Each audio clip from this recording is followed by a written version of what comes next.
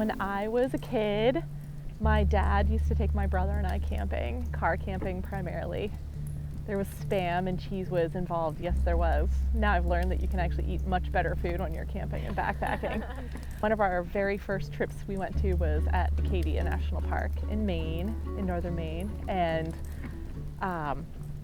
truth be told, I was a teenager and I didn't love hiking that much, but I loved being able to spend time with my brother and my dad outdoors.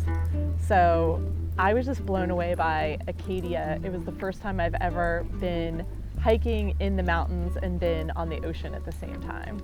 And it really blew me away.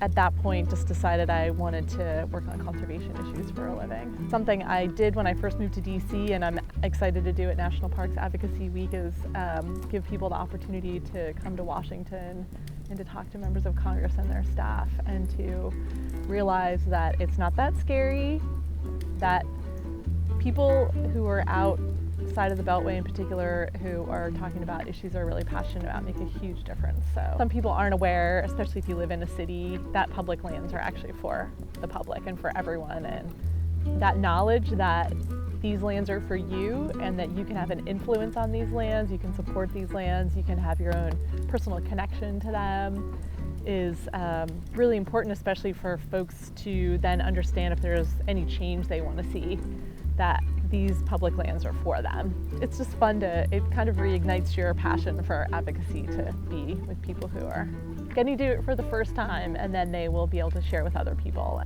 I think often about the grassroots advocates and communities that we work with at NPCA, and how it really just takes one person who's really inspired and passionate to make some change and do big things. And it can be a little demoralizing sometimes when you feel like things are happening in Washington you have no control over, but so few people are engaged in the political process that a few people can make a huge difference. So I think all these advocates coming to DC, some of them for the first time, telling their stories, why they care about the parks, why they're important to them, really makes a difference when they're talking to politicians. I once was advocating and had someone talking about some issues in their community, and the Hill staffer actually started crying.